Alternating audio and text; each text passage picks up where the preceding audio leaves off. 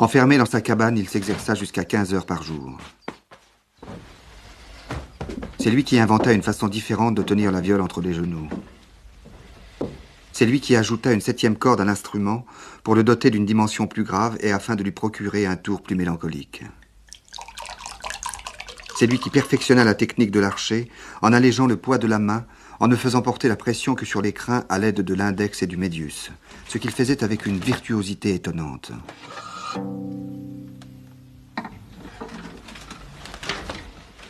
Côme, le blanc le père, disait qu'il arrivait à imiter toutes les inflexions de la voix humaine.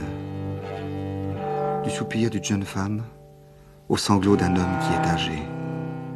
Du cri de guerre de Henri de Navarre à la douceur d'un souffle d'enfant qui dort.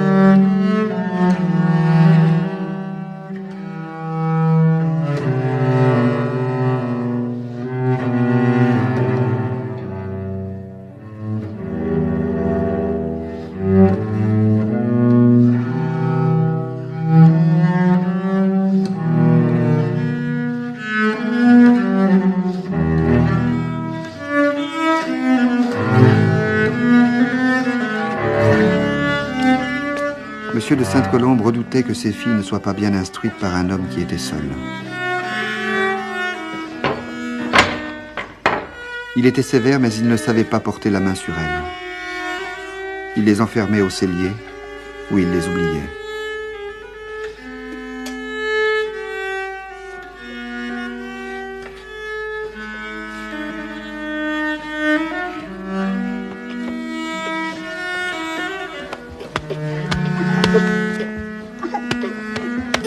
Madeleine, à chaque colère de son père, était comme un vaisseau qui chavire et qui coule inopinément.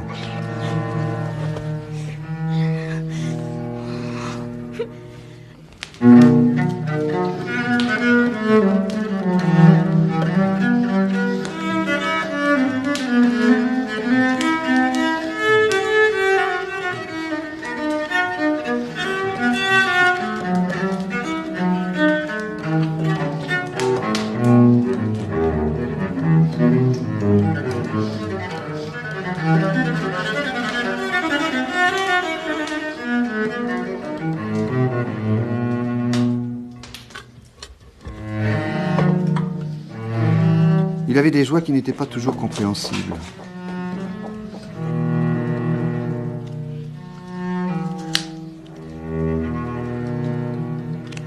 Il était plein d'embarras.